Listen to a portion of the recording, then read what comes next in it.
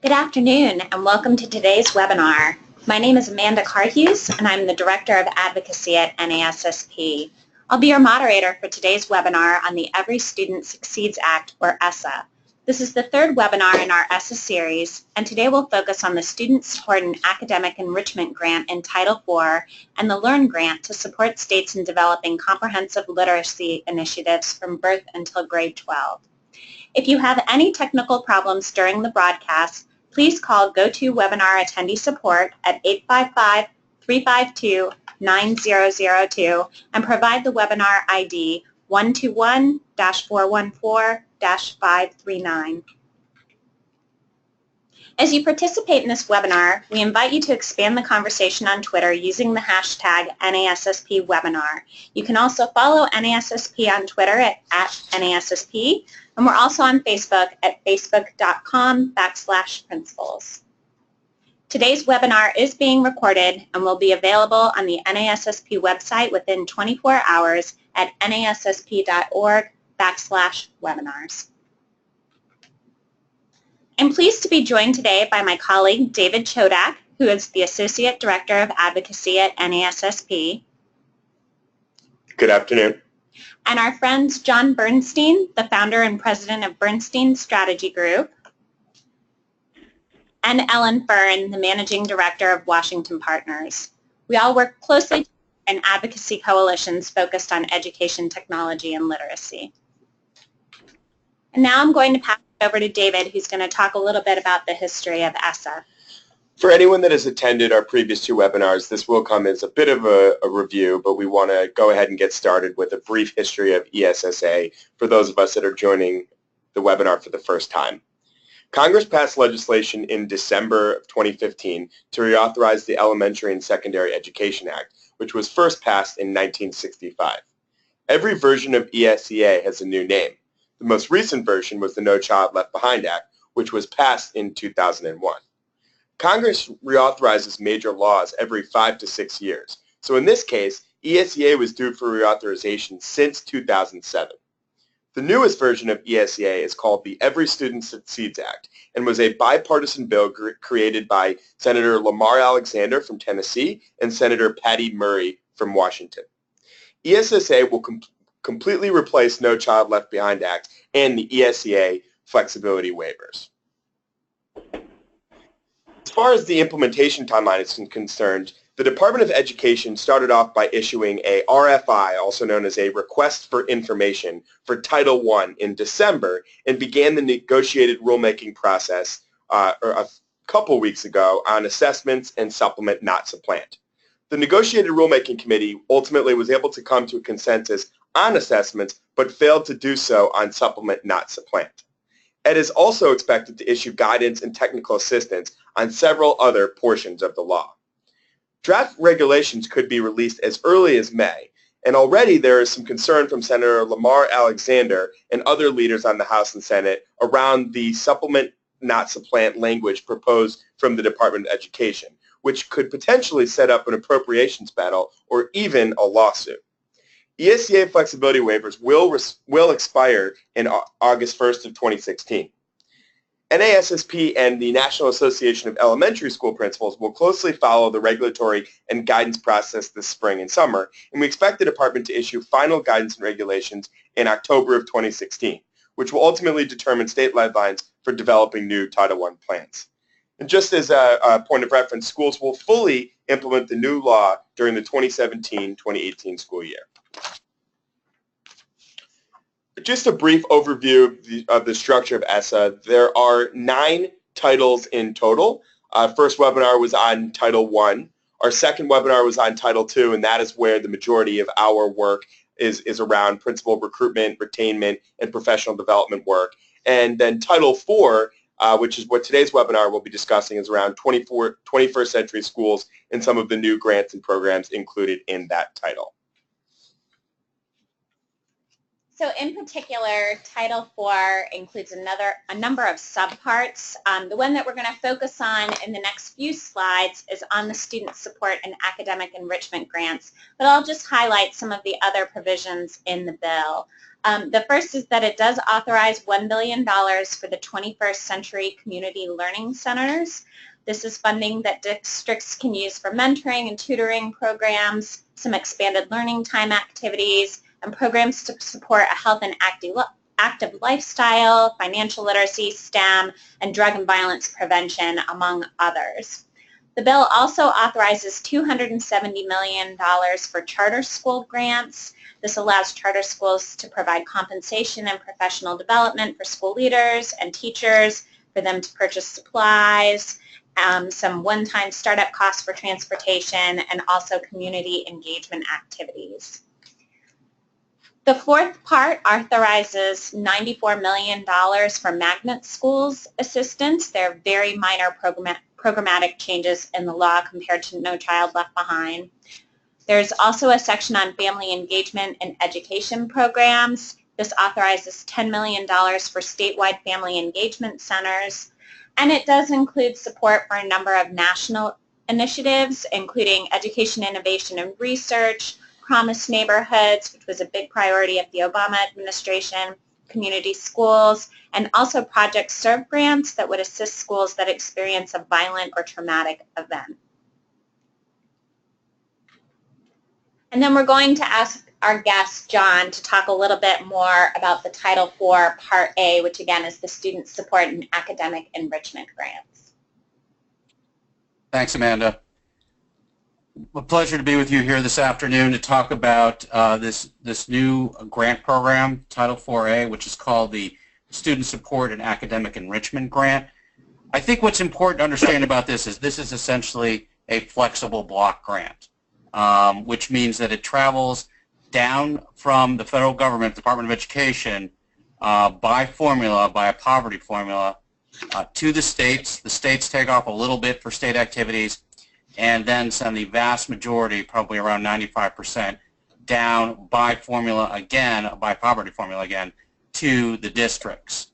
The districts that receive these dollars really get to spend this money in three relatively broad buckets. The first bucket is well-rounded education. That covers things like AP, IB, languages, art, music, any number of other issues, I think social emotional learning, for instance. The second bucket, safe and healthy schools, is around violence prevention, drug prevention, making sure in general that students occupy a safe and healthy environment in their school buildings. The last bucket is the effective use of technology bucket, and I'll talk a little bit more in detail about that.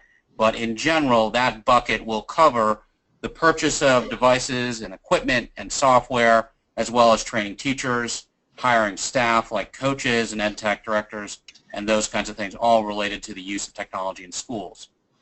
I think it's worth noting here a couple of things. One is that the program itself in the law was authorized at $1.65 billion. Two is the reason that number is so large is that this program essentially encompasses around 25 different programs that used to exist as individual standalone programs, but were brought under this broad umbrella of Title IV-A, and essentially districts are being given the option to choose here how to spend their dollars, but they have to spend within these three buckets.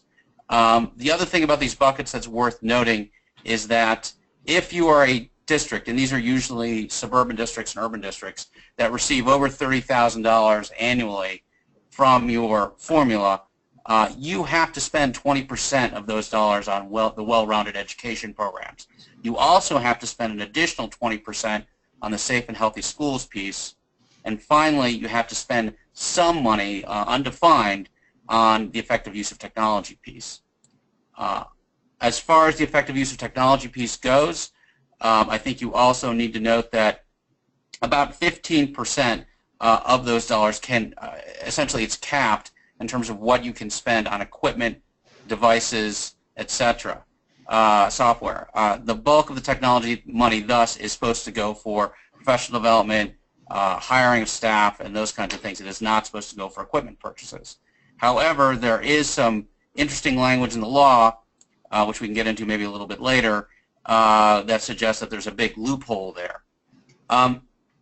The other piece that's important here, and this is again for the districts that receive more than $30,000, those that receive under don't have to do this, is that if you get more than $30,000 as a district, you have to do a needs assessment. And the needs assessment, you see up here on the screen, has very few rules built around it, and there's very little detail within the law. The districts are supposed to come up with a plan that's got to be compiled in consultation with a broad range of stakeholders. You have to create a needs assessment every 3 years, and that's kind of it. There's really no detail about what needs to go into the needs assessment. There's some suggestion in the state portion that part of what the needs assessment needs to sort of figure out is, for instance, the state of technology in the schools, how many computers there are, how's the bandwidth, the level of professional development that goes on for educators in technology. That we know about in the tech bucket. For the rest of it, it's relatively amorphous, and there may well be a chance that light guidance comes out in the next several months from the department that tries to fill this blank in a little, at least in terms of giving examples of what goes in the needs assessment. But again, you only have to do this needs assessment if you receive more than $30,000 as a district. If you don't have to do the needs assessment. And by the way, if you receive less than $30,000, you don't have to abide by the buckets. You can essentially spend your money wherever you want, but there's still that 15% cap on technology. Great, thanks, John. So now we're going to take a little bit of a deeper dive into the 3 buckets. I know John mentioned some of the allowable uses under these programs, but I think it's really important to emphasize that this is a completely new program, and for this to be created, there was a consolidation of more than 20 competitive grant programs. So there were a lot of programs that are now looking at this new block grant as an opportunity for their program, but there's definitely also some fear that states and districts will no longer be investing in some of the programs that I'm about to list. So specifically under the well-rounded education bucket, districts could choose to invest in college and career programs, financial literacy initiatives, STEM programs, accelerated learning programs, which could include AP and IB, volunteer programs, environment education programs, and then traditional government, American history, civics, and economic programs as well. So again, just emphasizing that the flexibility intended for this block grant is great, but if it's not funded at the appropriate levels, we're really going to be putting states and districts in a difficult decision to choose between several programs that they may have previously had employed at their school. Looking to the second bucket, which is safe and healthy schools, some of the programs that could be used under this funds are around drug and violence prevention, school-based mental health services, trauma-informed practices, suicide prevention, bullying prevention, redesigning school disciplinary plans, implementing positive behavior intervention programs, and several other allowable uses, which, as John spoke to, may be included in soft guidance from the department.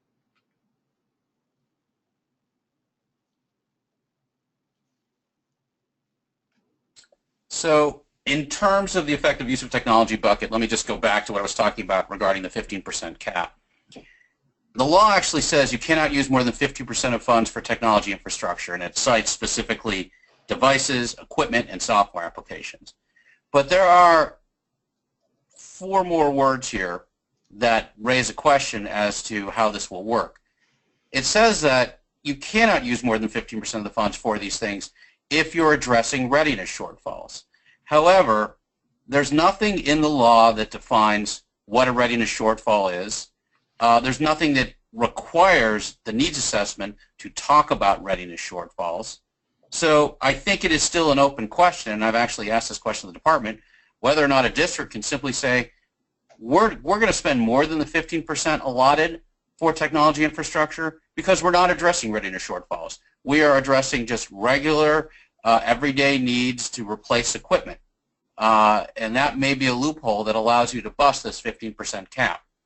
Now, it's not clear to me how the Department of Education is going to address this issue through guidance or even through enforcement, but these words are in the statute and must mean something. Regardless of whatever happens with the 15% cap, it is clear that you can use this money for professional development and technology for educators. And when I say educators, I don't just mean teachers. I, of course, mean principals, assistant principals, and school leaders. You can hire tech coaches and ed tech directors. I know the state of Virginia, for instance, back when there used to be an individual technology program, had a terrific experience with hiring coaches who would do in-service trainings for educators on technology use in the classroom. And it was very effective. Additionally, I know that the state of Montana used to actually have 4 tech consultants who would essentially move around 4 different parts of that gigantic state and do the same kind of in-service trainings. Unfortunately, that fell by the wayside since that was funded through stimulus.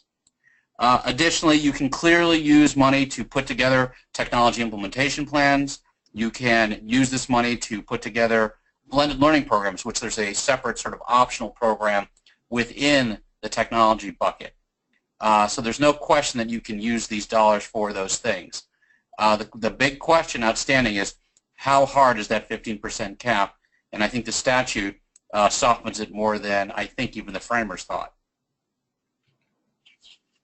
So just to talk a little bit about NASSP's advocacy on technology, our entire agenda here at NASSP is built on the Breaking Ranks framework for school reform, and one of those core areas is on personalization of the learning environment for each student. We definitely believe that technology can help reshape how education is delivered and that it can help make learning more personalized for each student and recognizing teachers as education designers. So as you see here, NASSP is a member of a number of coalitions focused on increasing access to technology in schools. That is the National Coalition for Technology in Education and Training, and I sit on their board of directors.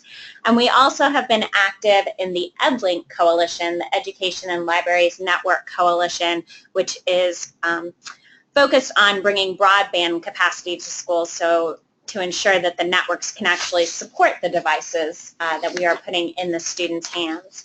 But we also know that what is the most important thing happening in the classroom is not that the student has a device, but it's how a teacher actually uses that device to improve student learning. So we've been strongly advocating for additional professional development in this area, and we feel that principals in particular really need specialized training on leading digital learning initiatives and on evaluating teachers' proficiency in using those digital tools to improve their teaching and learning in the classroom.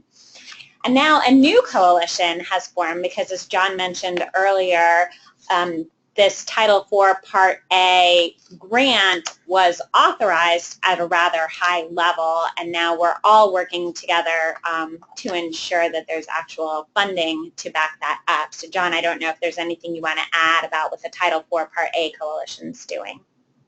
Sure. So this is, in many respects, a very extraordinary coalition. We have the most diverse membership of any coalition I've ever been part of because so many different programs from so many different areas of K through 12 education are now impacted by being part of what is the SSAEG or Title IV Part A block grant.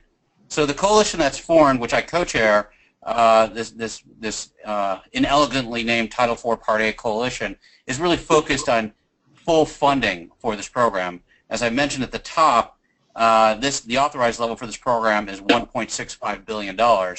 And since it's a formula-to-formula grant, we are really hoping to get that full amount. If we don't get that full amount, the vast majority of districts are going to receive no more than the $10,000 minimum, which is also a part of this.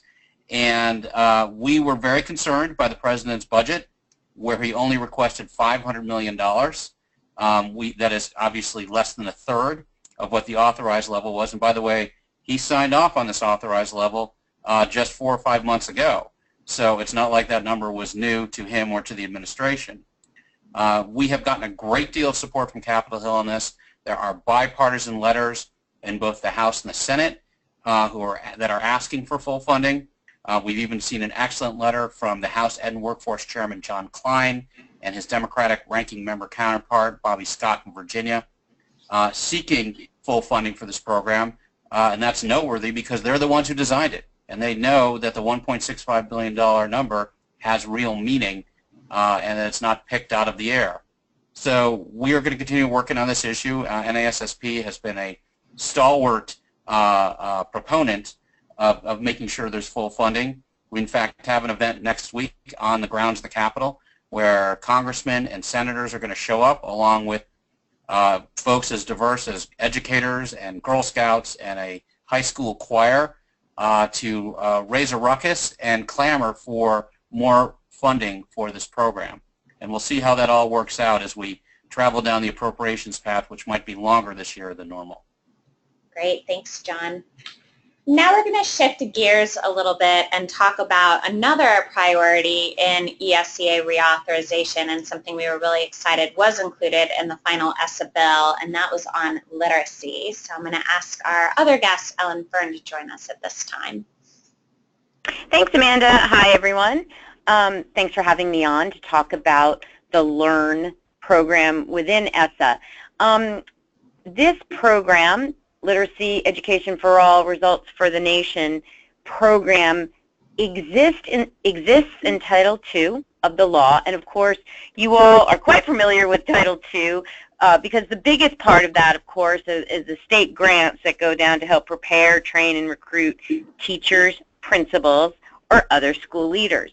But Part B of Title II is called National Activities. And under this umbrella, which has a set amount of money authorized for it, there exists 4 subparts, and subpart 2 of this program, of the National Activities, is the LEARN Act. The way in which these subparts are funded is that the national activities part of the bill will get a pot of money. And each of these subparts within ESSA were assigned specific percentages to receive from the overall national activities pot of money. For the LEARN Act, for fiscal years 2017 through 2019, the proportion of the national activities dollars it is to get is 34.1% to be exact. And basically this comes out to be authorized at about $160 million per year. Now, as John was also just mentioning about authorized levels and then the disconnect with appropriated levels, you know, we will have to see if appropriators will stick specifically to this funding structure as put forth in Title Subpart 2 of Part B of Title II of ESSA, or maybe they'll give this literacy program more dollars. But certainly that's what literacy advocates are hoping for. So NASSP does have a long history in literacy that actually began before I started here 10 years ago. And I guess it really started this new focus on adolescent literacy back in 2005 when President Bush first initiated the Striving Readers program to enhance the overall level of literacy achievement for students in grades 6 through 12. At this time, we were hearing a lot about stagnant NAEP scores in literacy, and that a lot of research was coming out regarding the need for additional instruction at the secondary school level. NASSP also released a literacy guide for middle and high school principals in 2005 to help them create what we called a culture of literacy in their schools. We had a breakthrough school that was recognized very nearby in Falls Church, Virginia, that was doing some amazing things with their literacy program and was seeing high levels of achievement from high school students and a real reduction in dropout rates because of that focus on literacy. But the Striving Readers program that was in existence at the department was very small compared to Reading First, which at the time was a $1 billion program to address the skills of elementary school students. And also the Striving Readers program had been created solely through the appropriations process, and the funding was very small. It was limited to only 8 school districts. So NASSP worked very closely with what was then known as the International Reading Association and the Alliance for Excellent Education to write the Striving Readers Act. This was a bipartisan bill that was originally introduced back in 2007 by Senator Jeff Sessions from Alabama and Congressman John Yarmouth from Kentucky. And the purpose was to expand the Striving Readers program so it would be sort of equivalent to Reading First, and so that there would be these adolescent literacy programs in all 50 states. Shortly after the bill was introduced, though, Congress actually eliminated funding for the Reading First program, and there was a multitude of reasons why the program was problematic and why that happened. And President Obama had just been elected, and so our literacy strategy had to change. And I think, Ellen, this was also the time that you got really involved in our coalition as well. Yeah, that's correct. So what happened in 2008 with a new Congress and a new president coming into town? 12 original groups, with NASSP and NAESP being two of the original 12, got together and said, okay, we have no more Reading First. We want to put forth a statement to the new administration about what we believe to be what the best elements would be in a comprehensive federal literacy policy from birth through grade 12. And so 12 groups got together and sent a letter in January of 2009 to newly elected President Obama outlining the needs for a comprehensive literacy strategy. Other groups that were included in this original 12 were the National Education Association, the National Council of Teachers of English, the Alliance for Excellent Education, and the International Reading Association. And that's when I came into the picture to help coordinate these original 12 groups through my firm, Washington Partners. We coordinated that letter and then got to work specifically on, well, okay, what would a piece of legislation look like that would be a comprehensive 0 through grade 12 piece of legislation that would really focus on high needs schools serving low-income students with lower than average reading and writing test scores. We came together and put together a draft of legislation which we named the LEARN Act, and then went to Congress and looked for congressional champions who would want to take this up. Of course, we went first to Congressman Yarmouth because of his interest in literacy through the Striving Readers Act, and he was totally on board, and he became our champion in the House. And then on the Senate side, we did try to work with Senator Sessions and also another literacy champion, Senator Patty Murray.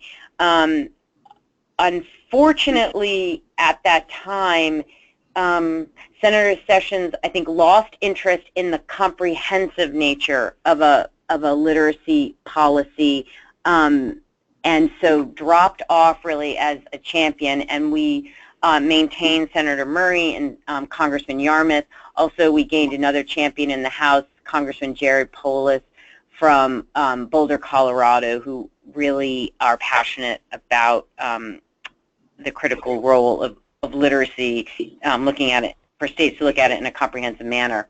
While we had this bill now, the LEARN Act, and it was once again, Congress is trying to reauthorize No Child Left Behind, we were certainly pushing for this language to get into an ESEA reauthorization.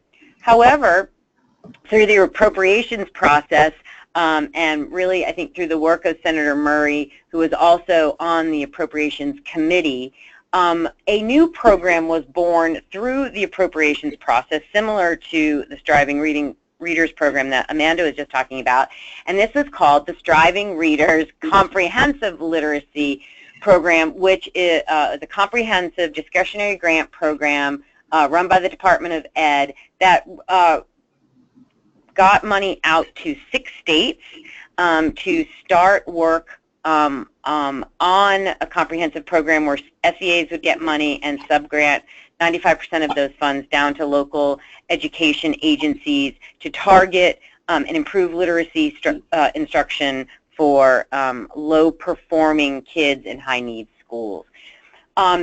Meanwhile, the 12 original groups of a coalition, which we named ourselves Advocates for Literacy, began to grow to well over 60 organizations, diverse organizations that representing teachers, principals, students with disabilities, English language learners, publishers. We grew Advocates for Literacy, and we continue to advocate for continued funding for the Striving Readers Comprehensive Literacy program, as well as getting the Learn language into whatever bill Congress was going to ultimately pass to reauthorize ESEA. So let's fast forward, and here we are in December of 2015, and we have a new ESSA law. And we are very, very happy, as Amanda also said, to report that the Learn Act and all the language from our original, most of the language from our original bill that Advocates for Literacy worked on is in the new law. It is based on the Learn Act. It's a little more streamlined.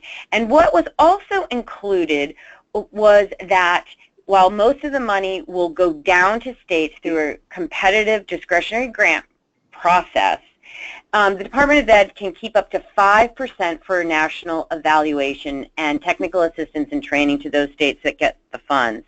The Striving Readers Comprehensive Literacy Program has been wonderful for the 6 states who received it. Those 6 states, I should mention, in case you don't know, are Georgia, Texas, Montana, Nevada, Pennsylvania, and Louisiana. There was not enough money in the original, these original grants to do a comprehensive evaluation of the comprehensive literacy programs that were put in place in these 6 states. And of course, we know that in order to be funded and to learn and produce better evidence-based practice, we need evaluation. So it was very important to us in the ESEA reauthorization to make sure the Education Department would have money to conduct a national evaluation for a new round of competitive grants that will be put out to implement a comprehensive literacy program. States that choose to compete and want to apply for these funds will be able to also keep 5% at the state level for evaluation, but 95% of these dollars have to go down to local school districts with high percentage of high-need schools, high proportion of kids who are reading and writing below grade level, and or districts with a high percentage of schools implementing comprehensive support and improvement activities. And a state has to distribute the funds proportionally. So if a state were to get these literacy dollars, 15% has to be used for birth to kindergarten literacy initiatives, 40% for kindergarten to grade 5, and 40% to grade 6 to 12.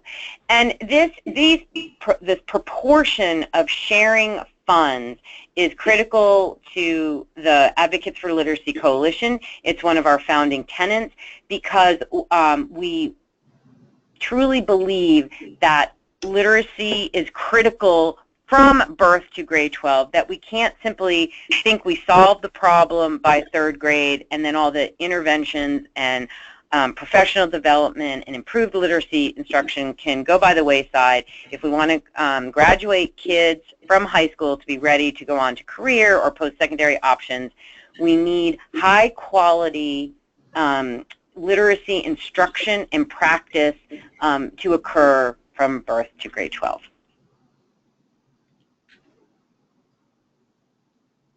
So, very quickly, so once you get these dollars at the local level, what has to happen? And so we're now looking at this grade span written into the law for grades 6 through 12.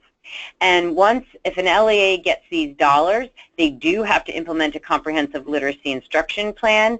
They must use funds to train principals, teachers, and staff.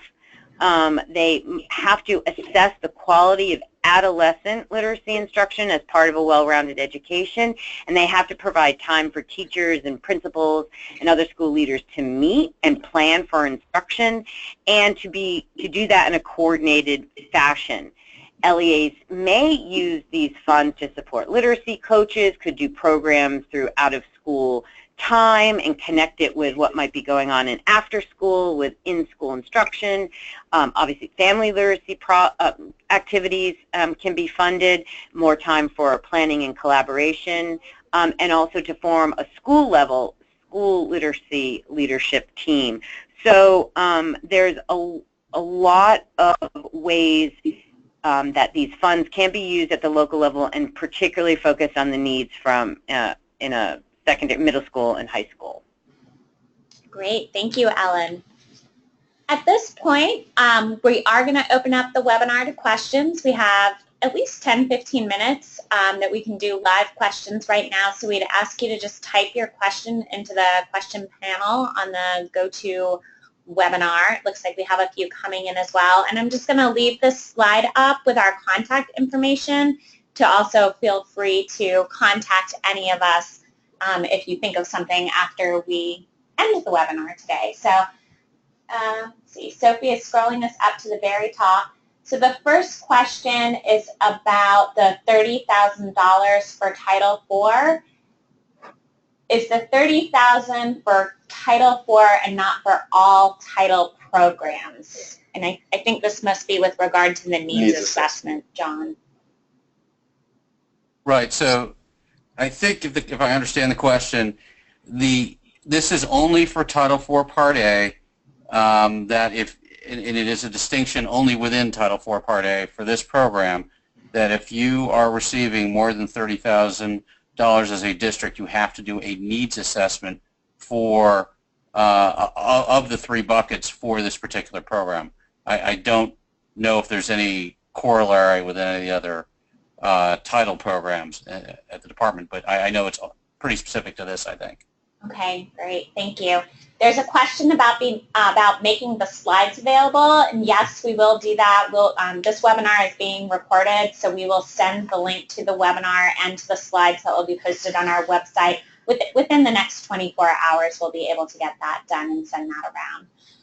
The next question just says, what is the application process and when will it be available? And I think based on the time this question came in, we're referring to Title IV Part A.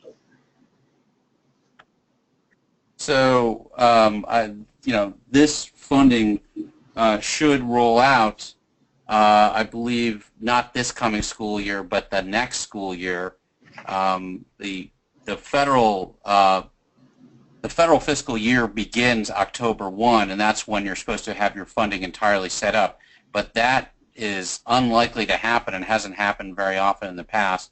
So these dollars will probably flow out once you get fiscal year 17 appropriations done in time, hopefully, for the next school year, but not this coming school year.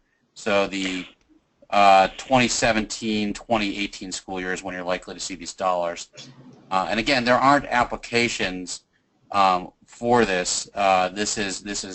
These are formula grants down to the states. The states will have to submit some form of application for all of these title programs, but I think they're relatively basic. And that was the goal set out by the legislation, is to make it relatively easy to get these dollars and to give flexibility in their use. Great, thank you. And then if by any chance that question, okay. But for the LEARN program, that same timeline that John just stated is exactly for the LEARN program as well, and that will be an discretionary grant application process run by the Department of Ed, but all these new programs will be theoretically in place for the 2017-20 school year. Great, thanks, Ellen. And this next question is about Title IV Part A, and it's got a couple of different parts. I'm just going to read the whole thing and we can kind of break it down First is, can the funds be used across these buckets? And there's an example. If my career and college counseling program includes counseling software, does that count as well-rounded or technology? And another example, if my Safe School After School program included STEM components, is that safe and healthy or well-rounded? So those are all excellent questions, and there's really no hard and fast answers to them. My understanding, though, of the 15% cap is it is supposed to apply to 15% of all dollars received, not just 15% of the technology bucket. So if you are spending money on software for school counseling, let's say, that 15% cap would still apply. I assume, but I don't know if this is accurate, that if you do run programs that span these, three buckets or two of these three buckets, can make a decision about determining which 20% you're fulfilling. And this, again, only applies to those districts that are receiving a decent amount of money, $30,000 and above. Everybody below that does not have to worry about anything other than the 15% cap. Also, John, just quickly to add, this may also be a good time just to remind the attendees of the webinar that the Department of Education is still soliciting feedback for guidance on Title I, Title II, and other portions of the law where they're not going to be issuing regulations. So this could be a place where you may want to see guidance from the department, because that really is a good question. Yeah, I think it's worth asking those questions of the department. This law is very broadly framed with a lot of gaps in terms of definitions and just in general how the mechanisms of the funding work. So I think it's fair to ask those questions. I think I'll also note that you're not going to see necessarily very clear answers from the department on a lot of these things. We have frequently been told by the department that at best you're looking at something called light guidance. I know what light guidance means. Maybe it's like, light salad dressing. I have no idea how light it really is, but it may not taste as good or give you enough answers as regular salad dressing will. So I think it's going to be left to some degree to the discretion of the districts, how they apply the funds per the 20% bucket rule. John, there's a question about when the Capitol Grounds event is taking place next week, because there's somebody who is certain that their office would like to advocate and participate in that event. Well, the Capitol Grounds event is going to be taking place May 18th next week from noon till 1 o'clock. It is going to be in Upper Senate Park, which I believe is the front part of the Capitol, towards the Senate office building and towards the Senate side of the Capitol. Hopefully you'll be able to see us, because there will be a lot of people and a big choir. So I definitely encourage everyone who's attending this webinar to come by on May 18th if you have some time and show your support. Great, thanks. We're waiting to see if we have any more attendee questions. In the meantime, John, I'm going to ask you a question, because I was at one of the department's listening sessions last week, and it was specifically on Title IV Part A, specifically around the effective use of technology. And I would say there was a healthy debate with two different camps in the room that believed that the 15% cap is just on the technology funds versus all of the Title IV Part A grant. I feel it's very clear that it's on technology, and I'm just wondering if you've been hearing these conversations and if you know what congressional intent was regarding the 15% cap. So I've been hearing these conversations, and I constantly hear, frankly, a division of opinion.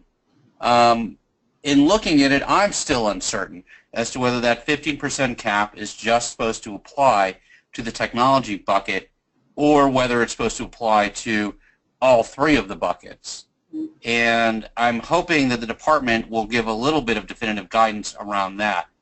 I can't recall, Amanda, exactly where the 50% cap piece appears in the statute, But when I read it, it did strike me that it was not necessarily just about the technology bucket, but applied to the overall program. Okay. And I think that may be deliberate, because I don't think that the framers of this program were interested in having all of Title IV Part A potentially being spent on technology, and you just couch technology as not being within the technology bucket, but within one of the other two buckets. So I think that their intention was that this 15% cap would be on everything you receive, rather than on just the money you want to spend on the tech bucket. Interesting. Okay. Let's see. We have another question from an attendee. Want to make sure I understand how the grants from Part A will be distributed. Since it's a poverty formula, is it mostly just going to schools in low-income or struggling districts? It's not distributed to all schools, and that's a question. Yeah, so the answer is it goes down on a Title I formula basis. So only if your district is receiving Title I funds will you also receive Title IV-A formula grants. So there are a few very wealthy districts that don't have any Title I funding that won't receive any dollars whatsoever from this program, but I think it's a very, very small number, a handful at best. Just like almost every program and every title in this law, it is very poverty focused, with the goal of getting the most amount of dollars out to the lowest income and the most needy.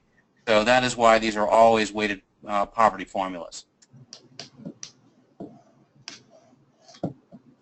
I think at this time we may be done with questions.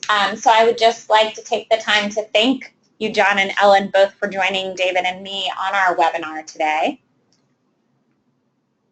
My pleasure. Yes, thank you. And I will just highlight a few opportunities to engage more in the ESSA discussion. The first is the NASSP Advocacy Conference, which is coming up on June 20th through June 22nd, Arlington, Virginia. The conference program is really going to focus on ESSA implementation and what's happening in the states. But we are also going to have some panel discussions with some representatives from other national education associations, with an official from the Department of Education. We will have a briefing on the latest news of what is happening on Capitol Hill and NASSP's legislative priorities. And then we are going to all go to Capitol Hill and meet with our respective members of Congress during the conference. So if that's of interest to anyone on the webinar today, please feel free to email me and I can send you additional information. And then finally, I also should announce that in 2017, we are going to be hosting the first ever National Principals Conference with the National Association for Elementary School Principals, and that will take place July 9th through 11, 2017 in Philadelphia. And you can go to principalsconference.org for more information. So with that, I would just like to thank you all for attending. Again, we are recording this webinar, and we will get that up on our website as soon as possible and send out the link and the slides to all of you. Have a great afternoon. Thank you so much.